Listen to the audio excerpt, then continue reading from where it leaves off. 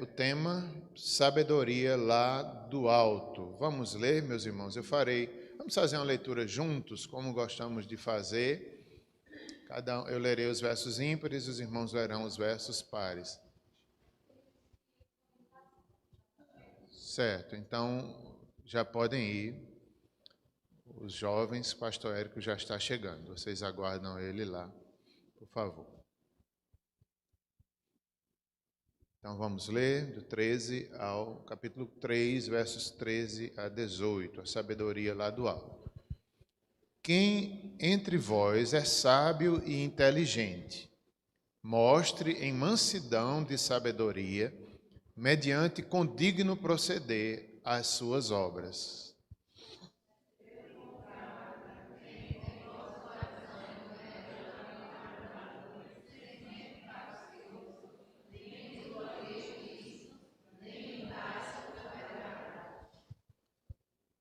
Esta não é a sabedoria que desce lá do alto, antes é terrena, animal e demoníaca.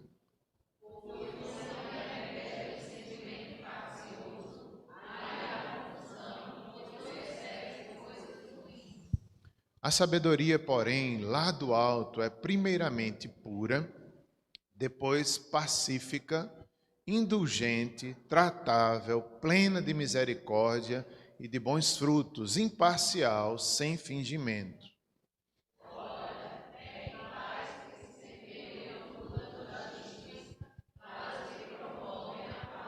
Oremos, meus irmãos, mais uma vez. Senhor, como o apóstolo Tiago ensinou para aqueles irmãos e também é para nós hoje, ensinou que eles deveriam pedir sabedoria. E nós também te pedimos, Senhor. Nós naturalmente somos tão sem sabedoria. Por causa do pecado, nós achamos-nos sábios, mas na verdade não somos. Somos tolos, mas o Senhor nos alcança pelo teu poder, pelo teu evangelho e nos torna sábios de fato. Não apenas de palavras ou que achamos que somos sábios, mas uma sabedoria que vem de Deus, não é nossa, é dom de Deus. Nós oramos te pedindo, faz-nos entender e faz-nos praticar isso. Livra-nos do mal, Senhor, em nome de Jesus. Amém. Essa questão de ser sábio, né, inteligente, o texto nos chama a atenção. E essa semana, no Google, sempre apareceu lá na página, não sei se os irmãos viram, alguns joguinhos para testar a inteligência, não é? O erro, encontre o erro aqui nessa figura, e eu gosto desse tipo de joguinhos. Então, está aparecendo muito no meu Google, acho que porque eu gosto, né, eu visualizei alguns e aí aqui vem mais. Então, alguns testes dizem assim, encontre o erro em 10 segundos. A maioria das pessoas não consegue, só os inteligentes é que conseguem. Em 10 segundos ver ali o erro. Eu digo, não quero, não, eu vou tentar procurar o erro, mesmo que eu gaste 2 minutos, né? Então, eu estou dizendo isso só para chamar a atenção, que a sabedoria que está falando aqui não é essa, de medir inteligência, capacidade de raciocínio ou de encontrar um erro numa figura como essa que eu estou falando. Não é esse tipo de sabedoria que está falando aqui. Ainda que essa sabedoria de inteligência venha de Deus também, não é? Deus pode dar inteligência e na sabedoria também há inteligência, mas é algo maior, é a sabedoria de Deus, é um dom de Deus, essa sabedoria que nós estamos tratando aqui.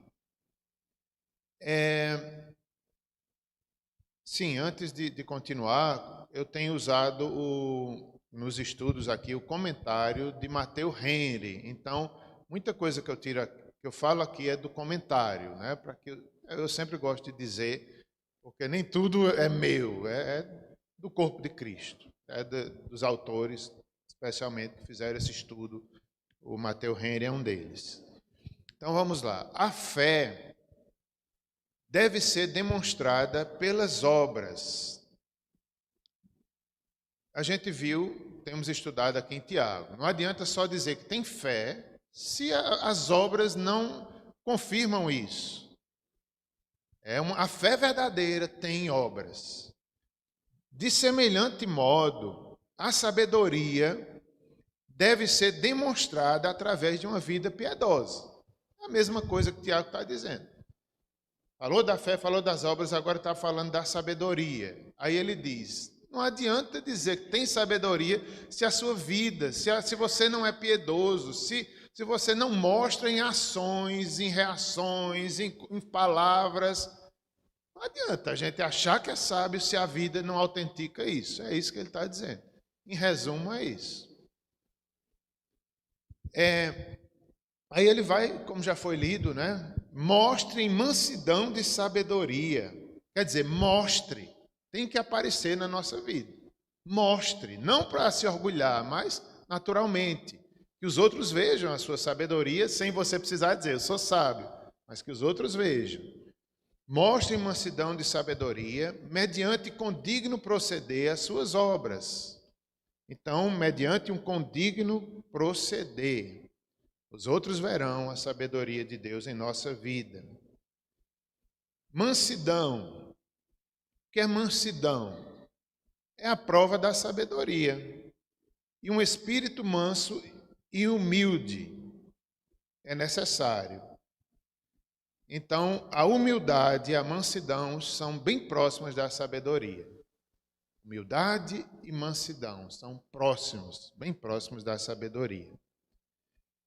Arrogância e insensatez andam juntas, normalmente. A humildade e a sabedoria também andam. Veja só que interessante. Arrogância e insensatez normalmente estão junto do nosso coração, quando aparecem. E de forma semelhante, porém completamente diferente. Uma é para o mal e a outra é para o bem. Completamente diferente, mas de forma semelhante, a humildade e a sabedoria também andam juntas. Tem que ter muita humildade. Sabedoria se demonstra muitas vezes na humildade, estão bem juntas.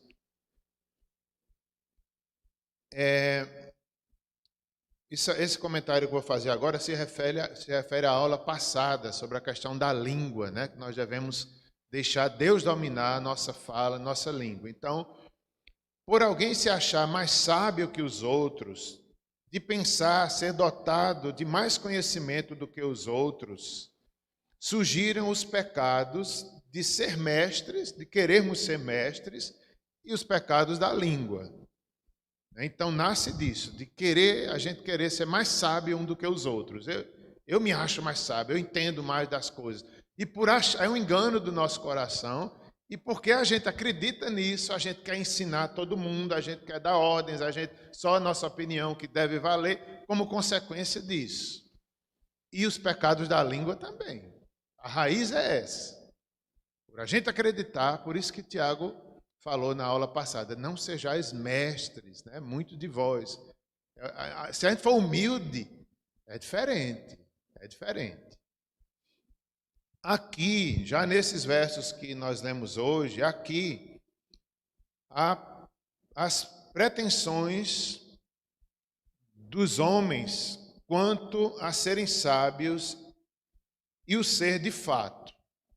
Então, Tiago vai mostrar. Uma coisa é a gente querer ser e se achar sábio. E outra é de fato ser, mostrando pela vida, pela piedade, pelo temor a Deus, pelo arrependimento. Porque se achar sábio, é muito fácil a gente se achar, viu? Por isso que a Bíblia diz, ninguém deve confiar no próprio entendimento, no próprio julgamento, porque a gente se acha ligeiro. A gente se acha, olha, é impressionante, faz parte da nossa natureza pecaminosa. Aí Tiago está advertindo, cuidado, cuidado. Há uma grande diferença em nos acharmos sábios e sermos de fato na prova, na luta, quando as coisas estão difíceis. Aí é que aparece a verdadeira sabedoria, nas horas difíceis, nas horas de tribulações, na hora das provocações. Então, é isso que ele está ensinando. A diferença da sabedoria que é terrena e a que é lá de cima, que é de cima. Ele vai ensinar aqui a grande diferença da sabedoria terrena, meus irmãos, como a gente deve observar isso, né? Isso aparece dentro da nossa casa, na igreja, na sociedade. Quanta sabedoria terrena, quantas tentativas, quantas conversas, quantas teorias, quanta sabedoria. Muitas delas até chegam perto da verdade, mas a de Deus é muito maior. Vem do alto, vem do Criador. E nós devemos olhar mais para ela do que para a sabedoria terrena. Então ele faz aqui, ele chama a atenção. Cuidado para a gente não trocar a sabedoria do mundo terrena, que tem coisas boas, porque tudo vem, o mundo todo é de Deus, mas não nos iludamos, porque às vezes é só um foquinho de luz ali, que foi Deus mesmo que deu, mas há uma luz maior, há uma sabedoria maior. Não confiemos só nas pequenas sabedorias. Há uma sabedoria maior, que ela vem lá do alto, vem lá de cima. Ser sábio é saber fazer a correta aplicação e uso do conhecimento que tem. Isso é a verdadeira sabedoria. Então, não adianta só a gente saber. Eu sei, mas é como a gente aplica o conhecimento que nós temos. Nós temos, pode ser que sim. E às vezes, gente, a gente pensa que tem um conhecimento e não tem.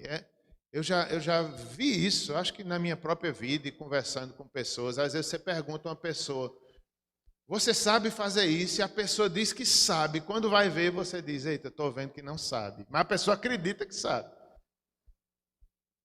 A gente acredita. Eu acho que é um auto-engano. Por causa do pecado, a gente, a gente se acha muito bom. Então, tem que ter cuidado.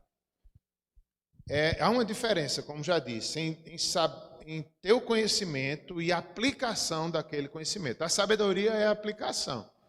Pela prática, a gente demonstrar que realmente conhece, é humilde e faz aquilo para a glória de Deus. Essa é a verdadeira sabedoria que vem de Deus. Ela se mostra numa boa conversa, a questão da língua aqui que a gente tratou na aula passada. Então, a sabedoria aparece na língua da gente. Uma boa conversa, generosidade nas nossas conversas, né? A gente é generoso com os outros, a gente não só quer impor, a gente dá atenção a ouvir o que os outros também têm a dizer. Então, a sabedoria se manifesta assim, né? Na humildade, de reconhecer, nisso também que aparece a sabedoria. Uma boa conversa, generosidade nas conversas, não pela rudeza ou inutilidade delas. Porque às vezes tem gente que acha que demonstra sabedoria por ser rude, por ser duro. Mas, na verdade, é inutilidade, de arrogância. Nossas palavras devem ser palavras que animam, curam e fazem o bem. Porque ela reflete Deus. Nossas palavras, se tememos a Deus e formos humildes, elas devem refletir, animar quem nos ouve, curar, com uma palavra às vezes cura, uma mágoa, uma ferida, né? Uma palavra na hora certa, consola, anima, fortalece. Elas curam nesse sentido e faz o bem. São marcas da verdadeira sabedoria. Podem ainda ser conhecidas, estamos falando da sabedoria, pelas suas obras, em toda prática do cristão. Quando ele, como já lemos, quando Tiago diz, mostre pelo seu bom trato as suas obras, ações boas e úteis, aparece a sabedoria. Ter bons pensamentos ou boa conversa não é suficiente. Não adianta só a gente pensar sabiamente. Estou pensando o que é correto, o que é bom, graças a Deus. É o início. Mas não adianta só a gente ter bons pensamentos e boa conversa, não é suficiente. Deve viver e agir de acordo com isso. Está vendo que a sabedoria é a prática daquilo que a gente conhece, daquilo que a gente entende. Se entendemos de verdade, vamos praticar. Essa é a verdadeira sabedoria, ela é vivida. Assim como a fé e as obras. Não adianta só ter fé se não tiver obras. Não adianta só pensar corretamente se a gente não agir corretamente.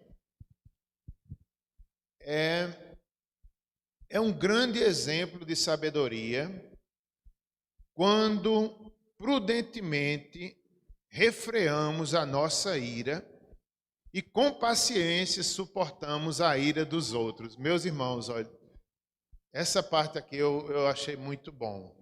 Eu achei isso tão importante. É melhor ter paz do que razão. Às vezes sim. Às vezes sim. A gente vai ver aqui no final. Tem hora que não é, mas obrigado. E olha só, eu achei isso aqui tão importante. É um grande exemplo que o Matteo Henry cita. Quanto é prudente refrearmos a nossa ira. É um sinal de sabedoria. E também paciência quando suportamos a ira dos outros. Eu achei isso aqui muito importante. Duas coisas, né? Refrear nossa ira é sabedoria. E vai além, é a gente refrear, é ter paciência quando os outros estão irados. É difícil, viu? É difícil. A gente se controlar já é difícil. Imagine quando alguém está na nossa frente, falando que não deve, às vezes falando mal da gente, às vezes sem nenhuma sabedoria, a gente tem que contornar, suportar, até ensinar aquela pessoa. Outra hora, normalmente, né? Na hora a pessoa não escuta. Mas ter aquela paciência, isso é sabedoria. Isso aqui me tocou muito. Eu digo, eita, meu Deus, como a gente é, como eu errei. Até me lembrei de algumas coisas essa semana, que eu errei nisso. Porque a gente vai aprendendo, se avaliando, né? Se avaliando, eita, quando foi que eu errei? Ontem mesmo à noite em casa eu falei isso no culto doméstico e falando para os meus filhos, né? Dizendo, olha, isso aqui, como é difícil isso. Foi nosso culto doméstico, ontem foi isso aqui. Aí eu fui contar para eles tal evento dessa semana, o que aconteceu. Até aqui eu tive sabedoria, aqui eu não tive, aqui eu errei, aqui aconteceu isso. Eu devia ter me dominado um pouco mais, mas não consegui. Ai, como... Então, a gente aprende avaliando, conversando, remoendo ali e vendo as nossas ações e, poxa vida, da próxima vez eu vou tentar, da próxima vez eu vou tentar. Ainda que a gente não consiga perfeitamente, mas é uma tentativa constante, é uma tentativa constante. Eu vou repetir, não é? É a de dominar a nossa ira e também suportar a ira dos outros contra nós. Ixi, como isso é difícil. Deus nos dê sabedoria no trato, no bom trato, uns para com os outros. A sabedoria se evidencia pela mansidão. Ai, meu Deus. Quando estamos mansos e calmos, somos mais capazes de ouvir, diz aqui o autor. Eu acredito que é verdade. Quando estamos mansos e calmos, nós ouvimos melhor. Eu acredito que é verdade também. Capaz de ouvir a razão e mais capazes para expressá-la. A sabedoria produz mansidão. Interessante, né? As bem-aventuranças, Jesus já ensinou sobre a mansidão. Lá no Sermão do Monte. Bem-aventurados os mansos, os humildes. E a gente tem que compreender bem o que é humildade e o que é mansidão. Não é a gente ser passivo em tudo, manso, que não sabe de nada, não repreende ninguém, não discorda de ninguém. Não é esse tipo de mansidão. O que é a verdadeira mansidão? É confiança em Deus. A gente está tão confiante em Deus que a gente se acalma. E aí a gente pode tratar, ensinar, repreender, exortar da forma correta. Não é uma pessoa boba, que não fala mal. Que não fala mal. Que não interage, que não tem opinião, que aceita tudo. Não é esse tipo de mansidão. Aí é até omissão. Mas é por confiar tanto em Deus, a gente se tranquiliza, a gente discorda com sabedoria, a gente tem opinião diferente, sabe dizer, sabe ouvir. Então, é tão importante a gente aprender isso. A mansidão não é passividade nem omissão. Mas é equilíbrio que brota da fé em Deus e a gente tem controle para... Mas, às vezes, a gente erra porque a gente é humano. Deixa eu ver aqui onde eu parei. Sabedoria produz mansidão. Versos, agora o 14. Tiago, agora o verso... Tiago 3, agora o verso 14. Ele vai dizer o seguinte: se pelo contrário tendes em vosso coração inveja amargurada e sentimentos facciosos, nem vos glorieis disso, nem mintais contra a verdade, né? Então, falando um pouquinho aqui do que Tiago estava dizendo. A inveja e a cobiça envenenam o espírito. Meus irmãos, e é mais comum do que a gente imagina, né? Às vezes a gente tem inveja sem perceber. E a gente tem que ter muito cuidado, pedir a Deus que a gente entenda, né? Deus nos mostre nossa inveja, que a gente se humilhe, que a gente tenha sabedoria e bote a inveja para fora do nosso coração. Se bem que ela teima em ficar... E não podem estar juntas a sabedoria e a inveja. Quando a gente é invejoso, a sabedoria passou longe. Quando a gente é sábio, a inveja também passa longe. Então, dentro do nosso coração ocorre essa luta, a inveja e a cobiça. Não é à toa que um dos 10 mandamentos fala sobre a cobiça. Quando Deus colocou nos 10 mandamentos, é porque Ele sabe que todo ser humano passa por isso. Adão e Eva passaram por isso. Toda a raça humana passa por isso. Então, a verdadeira sabedoria vai combater a inveja e a cobiça natural dos nossos corações pecadores. Então, envenena o espírito. Unidos por uma ambição interesseira e egocêntrica. Tem hora que a gente não acredita. Tem hora que a gente olha assim, isso tudo eu tenho. A gente pensa que não tem. A gente olha assim e diz, será que meu coração tem inveja? Não, tem não. Mas tem, porque a Bíblia diz que tem. Será que meu coração tem cobiça? Tem. E quando diz aqui, ambição interesseira, aí é que a gente diz, não, isso eu não tenho, não é possível. Mas temos que lutar contra isso. E também egocêntrico, nós somos muito egocêntricos, né? Nosso eu é muito forte. Então, a verdadeira sabedoria vai quebrar todos esses pecados aqui que lutamos todos nós contra ele.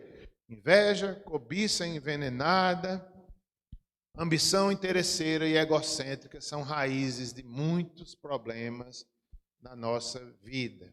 E Tiago aqui estava falando que a verdadeira sabedoria não está perto disso. Inveja incita a discórdia. Discórdia se desculpa por meio da vanglória e da misericórdia. Veja que é um pecado chamando o outro. Um pecado chamando o outro. Né? A inveja incita a discórdia. A partir da inveja vem a discórdia, vem as brigas, vem os pecados. Ele fala aqui, meus irmãos, pecados que eu jamais imaginava que estão aqui dentro. Eu não tinha observado, não, mas ele vai dizer que um pecado chama outro, um pecado chama outro a partir desse orgulho do nosso coração. A inveja incita a discórdia se desculpa por meio da vanglória, e assim peca que a gente se perde no pecado e fica sem sabedoria. Surge a perturbação e toda obra perversa, está no verso 16. Olha o que diz ainda.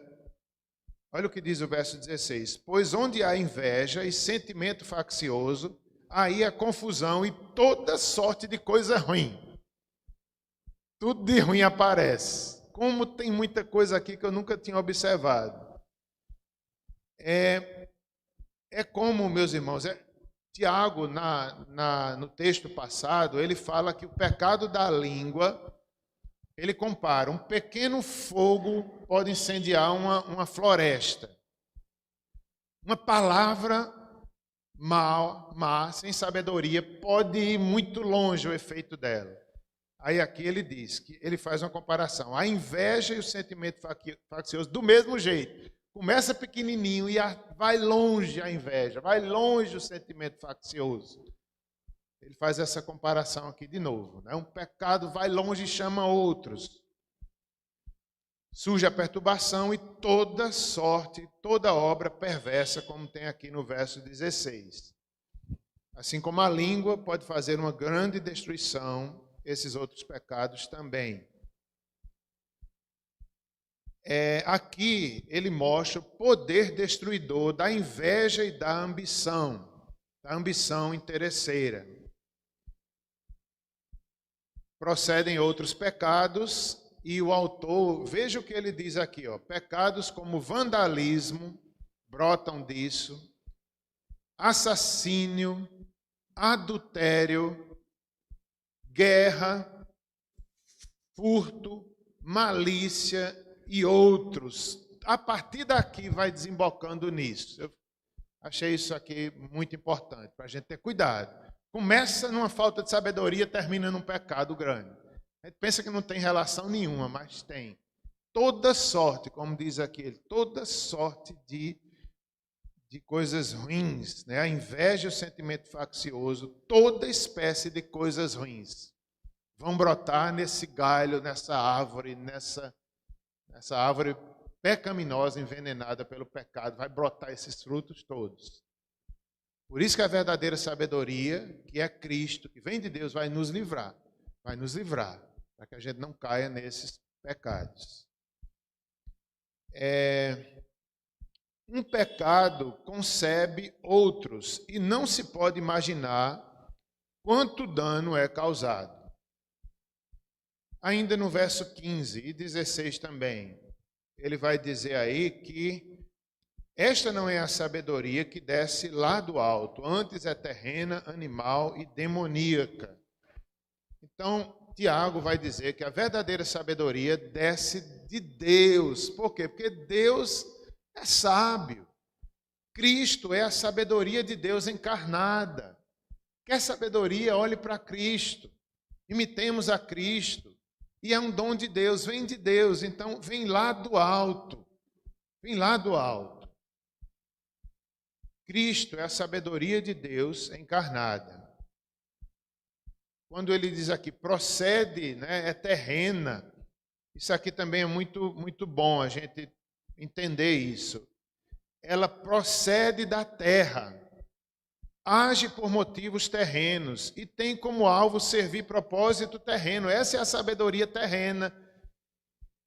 É aquele tipo de sabedoria que só pensa nos benefícios aqui e agora, não tem nada de eterno nela, não tem nada de sobrenatural. O Espírito Santo não está ali agindo, é algo terreno. Tem alguma glória? Tem, mas é passageira, é efêmera, é terrena, é tão pequena e a gente se apega com ela. Tem algum aplauso? Tem, mas só isso. Não vai para a eternidade. Então é isso que Tiago está dizendo. Cuidado para você não confiar na sabedoria terrena. E realmente, meus irmãos, como às vezes a gente se ilude com a sabedoria terrena, com os aplausos humanos, com coisas aqui dessa terra. Tem louvor? Tem, passageiro. Tem aplauso? Tem, passageiro. Tem frutos? Até tem, passageiros também. Então, Tiago está dizendo, cuidado, não gaste a sua vida nessa sabedoria terrena, que em breve passará. Vou repetir, ela procede da terra, age por motivos terrenos e tem como alvo servir propósitos terrenos. É uma mera realização da razão natural, sem nenhuma luz sobrenatural. E é forte quando ele diz aqui, ela não é a sabedoria, verso 15, que desce lá do alto, antes é terrena, é animal e demoníaca. Eu não entendi bem porque ele diz que é animal, mas eu acho que é no sentido de instintos, né? Às vezes irracional, né? Eu acho meio difícil de compreender isso, que os animais têm uma certa inteligência também, né? Mas não quero entrar nessa questão aqui, mas eu entendo como se fosse isso. É algo instintivo, é uma reação apenas, muitas vezes. Agora, quando ele diz aqui que é demoníaca, é muito forte. É demoníaca, é terrena, é animal e é demoníaca. Aí é bem claro. É bem claro porque é como ele diz, que ela é inspirada por demônios, misericórdia. Às vezes a gente pensa que é inocente. Não, é inocente, mas é inspirada por demônios. São os demônios que estão por trás da idolatria. São demônios que inspiram muitas vezes o mal, inspiram todos esses pecados. É claro que a gente não pode culpar o demônio de tudo. Muitos desses pecados estão dentro do nosso coração. A gente não pode também só dizer, é demoníaca, a culpa é do diabo. Não, a culpa é do homem. A culpa é nossa mesmo, é terrena. Mas que além da nossa natureza terrena, nós temos uma luta espiritual também envolvida. As duas coisas. Então é muito forte quando diz que ela é terrena, animal, diabólica, não procede de Deus. Sim. Como é? Eu não entendi. Eu acho que sim, Edivan. Acho que sim. Né? Era talvez terrena, disputa ali entre reinos, né? Ele procurou o mal, procurou aquela cartomante. E também tem uma parte que diz que ele era perturbado por demônios. A Bíblia diz que Saul não conseguia nem dormir às vezes, perturbado por espíritos malignos. Aí Davi tocava. Quando Davi tocava, os espíritos malignos se afastavam de Saul. Pode ser. Pode ser. Eu acredito que é um exemplo que inclui isso aqui. Porque não é, às vezes é natural, mas se mistura com o sobrenatural também. Fica difícil da gente saber onde começa um e termina outro. Mas muitas vezes o inimigo está agindo também, Edivan. Pode ser. Sim, verso 17 agora. A sabedoria, porém, lá do alto, veja, lá do alto é diferente. Primeiramente ela é pura, depois pacífica, indulgente, tratável, plena de misericórdia e bons frutos, imparcial e sem fingimento. Eu me lembrei de Davi, Edivan, porque enquanto Saul fazia o mal contra Davi, Davi não revidava. Davi teve a oportunidade de matar Saul na caverna e disse não. Ele era provocado e ele se afastava. Então, Davi, naquela hora, agiu com a sabedoria de Deus.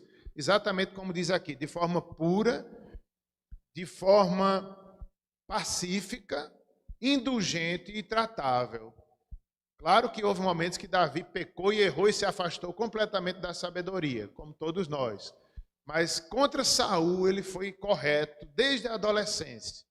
Desde a adolescência, quando ele foi ungido, ele respeitou, ele esperou o tempo certo, ele não forçou nada. Nem Deus entregou Saul nas mãos dele e ele poderia ter matado. Ele disse, não toco no ungido do Senhor. Então, é um bom exemplo.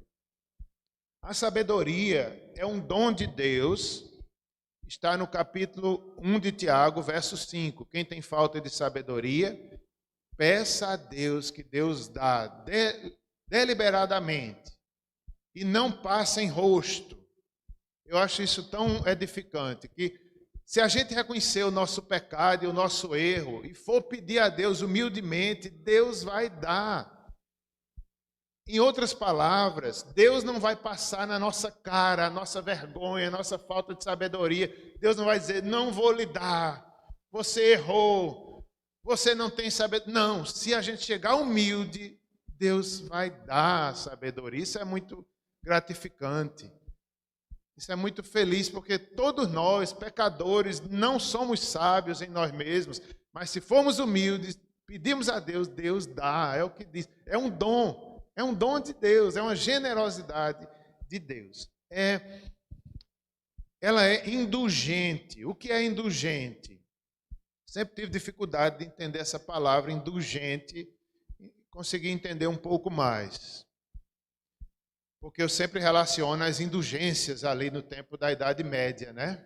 Mas, enfim, aqui no texto ela significa apenas atencioso e respeitador dos sentimentos de outras pessoas. Isso é ser indulgente. No texto aqui, ela tem esse sentido. A sabedoria pensa também nos outros, ela é atenciosa para com os outros e é um respeito pelo sentimento das outras pessoas também. Às vezes a gente não respeita, né, os sentimentos, a gente julga tudo, se eu aguento, que os outros aguentem. Não, tem gente que não aguenta, vamos respeitar. Mas eu vou até o fim, mas tem gente que vai se chocar, então vamos ter cuidado. Esse tipo de coisa. A gente pensa também nos outros, não só em nós.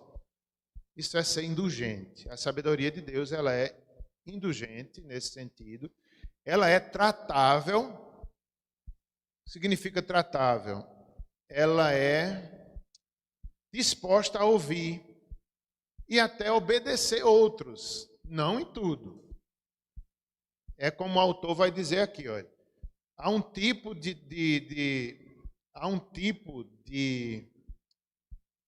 como é que eu diria? Há um tipo de tratável, ou melhor, há uma maneira de ser tratável que é fraca e defeituosa, para que a gente não pense que a gente deve ser tratável em tudo, amável em tudo, amável sim, né?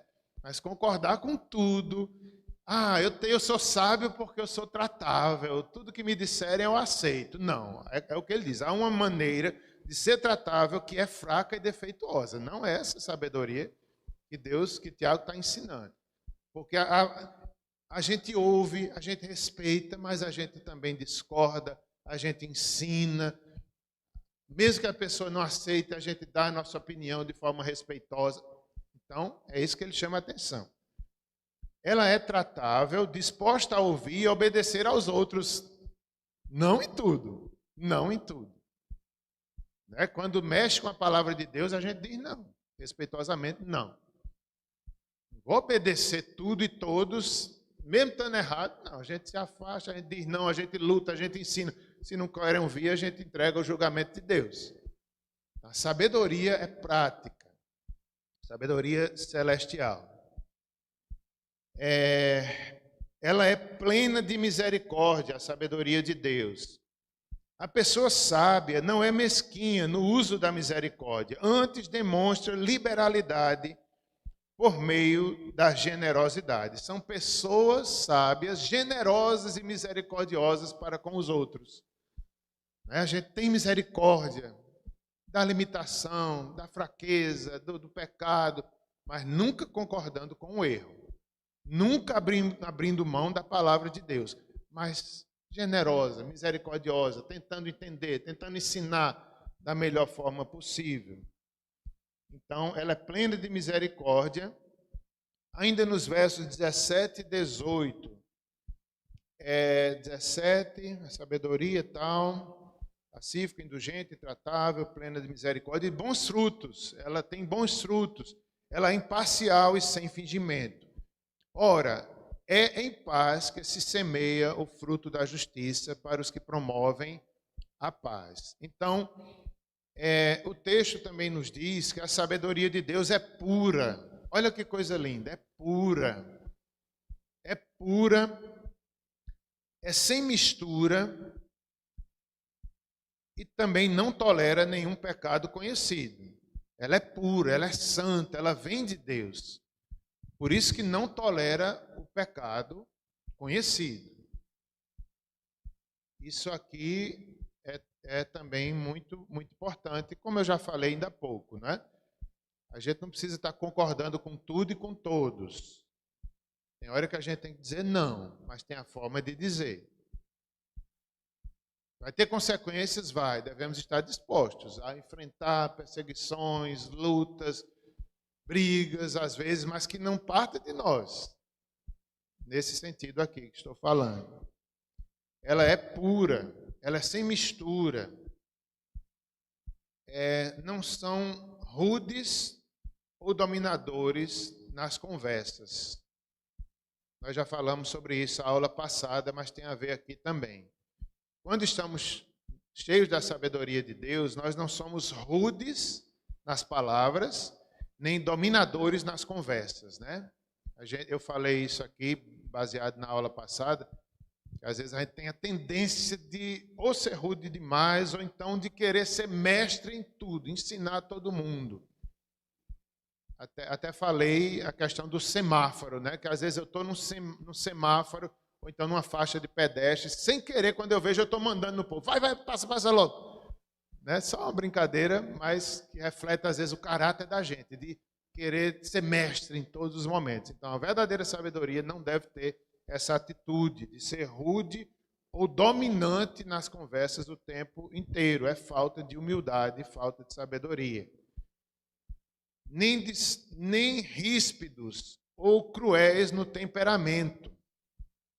Então, até o temperamento da gente, o Espírito Santo pode mudar. A Bíblia fala que Moisés era um dos homens mais ignorantes e bravos e assim lá do povo, né? E ele foi criado ali no Egito, no palácio. Era muito ignorante, queria, né? Era um temperamento difícil. Chegou ao ponto de foi querer defender o povo de Deus, que era o povo dele, e ele lá numa confusão matou um egípcio e fugiu.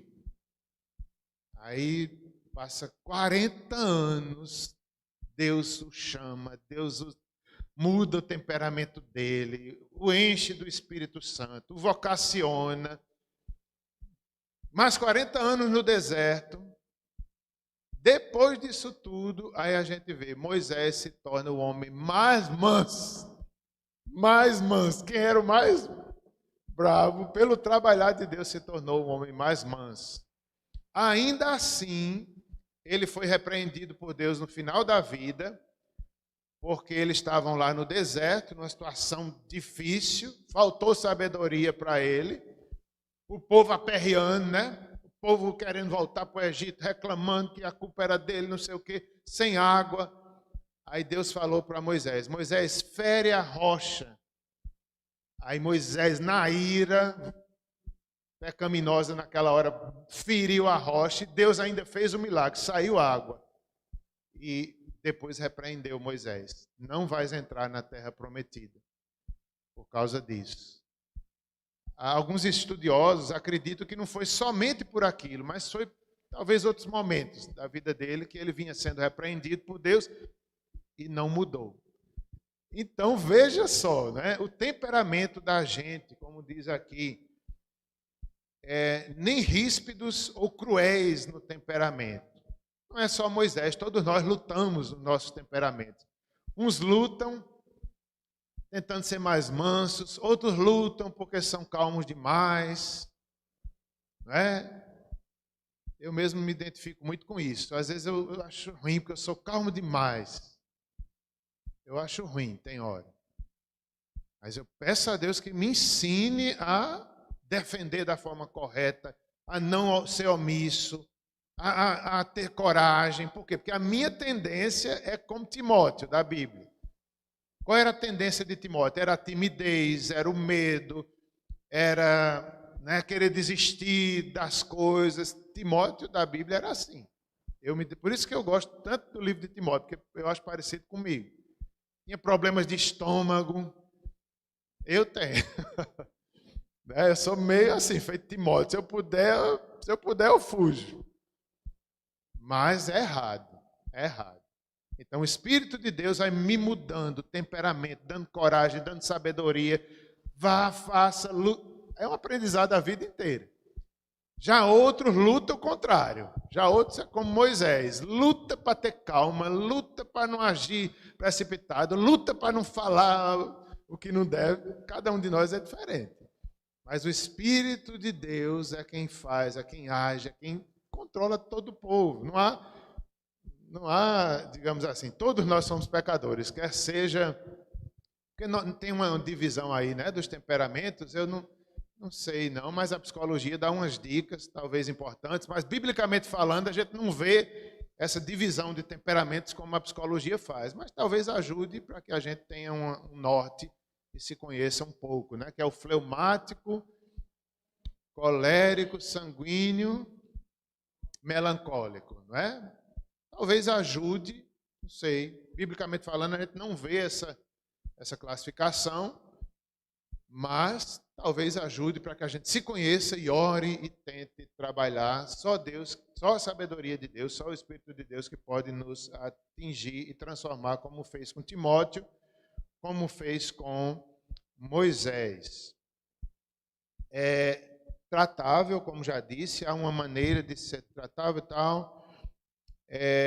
Não é abrir mão de uma disputa quando parece que há uma boa razão para isso. Não, se temos que disputar, se acreditamos na verdade, podemos lutar, podemos insistir da forma correta. Sempre lembrando lá na sabedoria que vem do alto, não nas coisas terrenas. Se for meramente terreno, é melhor a gente não insistir.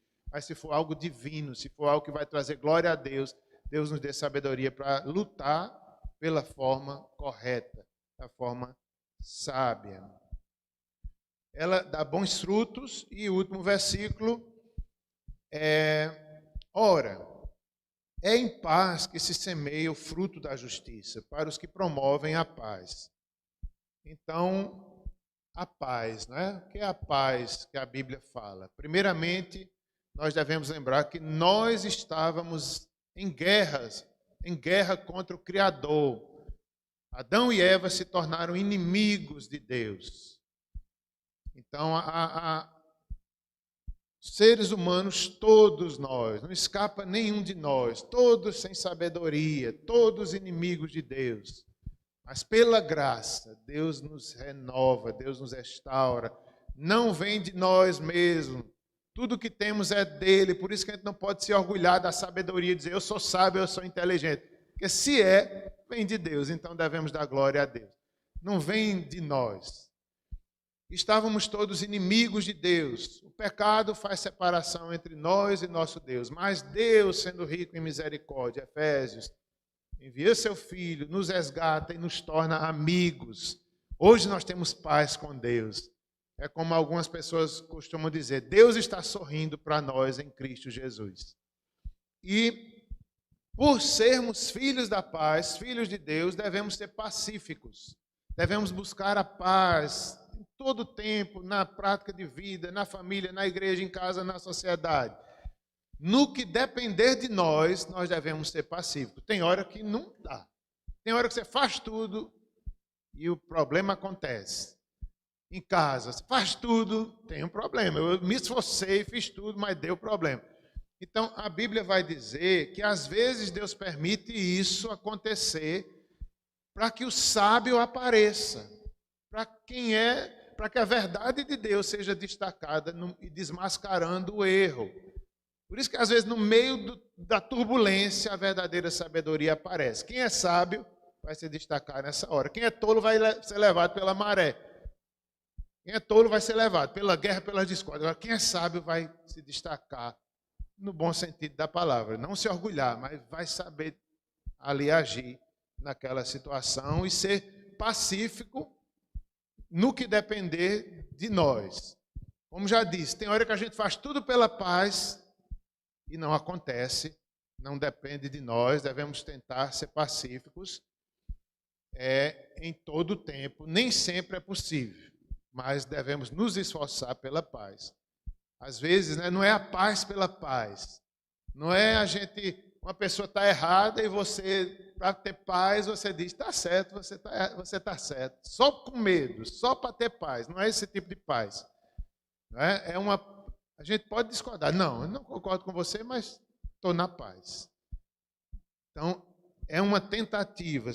E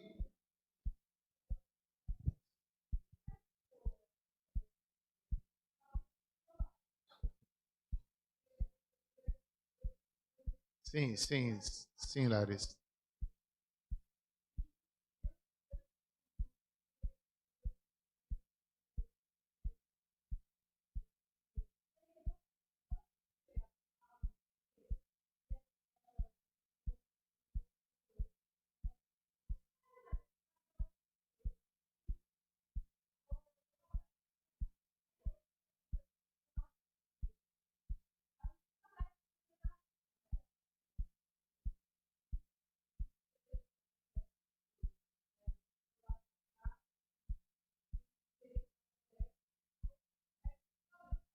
Certo, entendo. Pergunta difícil, Larissa. Estou brincando, viu? É brincadeira. Mas todos nós passamos por isso, Larissa, todos os dias, né, com nossos pais, com nossos amigos de trabalho, e toda a vida é assim. Eu acredito, eu acredito que você fez certo. Eu acredito que fez certo, porque é um pai, não é? É uma autoridade. Tem hora que a gente tem que se calar mesmo e tentar outra hora conversar com ele. Mas, pai, não foi certo isso, porque como filhos nós podemos dizer. Se ainda assim não mudar, então é bom a gente deixar nas mãos de Deus. A gente tenta, né? A gente sai, a gente se cala no primeiro momento, depois a gente exorta, a gente conversa. Se não tiver conserto, aí é oração, aí é tempo de ficar calado. Lembra que a Bíblia diz que algumas mulheres que eram casadas com incrédulos iam ganhar os seus esposos pelo silêncio, pelo exemplo. Então isso se aplica a outras situações da vida, que a gente se cala, a gente exorta, a pessoa não quer ouvir, então a gente vai viver a sabedoria de Deus na esperança que Deus haja e toque, né? Então, é isso, Larissa. Deus te abençoe. Não é só você não, todos nós passamos isso constantemente. E, como diz aqui, olha, se a gente semeia o fruto da paz, ou melhor, se a gente semeia a paz, vai ter uma chuva abundante de justiça. Olha que coisa linda. Virá bênçãos, Larissa, sobre a sua vida. Se você fizer isso, suportar ali as fraquezas, o Senhor vai te defender. Vai haver uma chuva de bênçãos, o Senhor vai fazer justiça. Os humilhados serão exaltados, o Senhor defenderá. Haverá fruto da justiça para os que promovem a paz. Isso é uma promessa de Deus. Na hora a gente é humilhado, na hora a gente se cala, na hora é difícil. Mas Deus vai nos defender e Ele vai mandar uma chuva de bênção. Pode até demorar.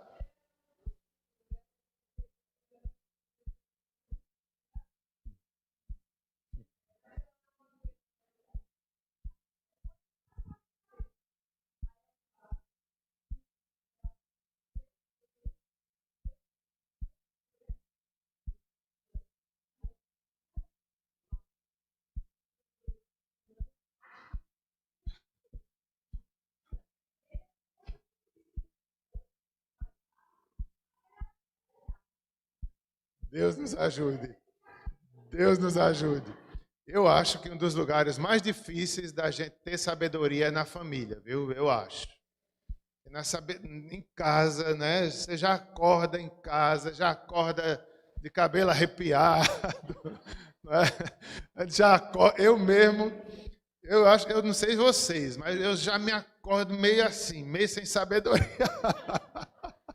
Aí a sabedoria vai chegando aos poucos, né? Já se acorda meio carnal, meio... Né? Aí depois a gente vai orando, Senhor, me ajuda nesse dia. Aí está a esposa, está os filhos, aí já começa no café da manhã, pai, vai me deixar ali, vai não sei o que, aí a sabedoria passa longe. Então a gente tem que pedir sabedoria em casa, né? Deus nos ajude, meus irmãos. Vamos encerrar.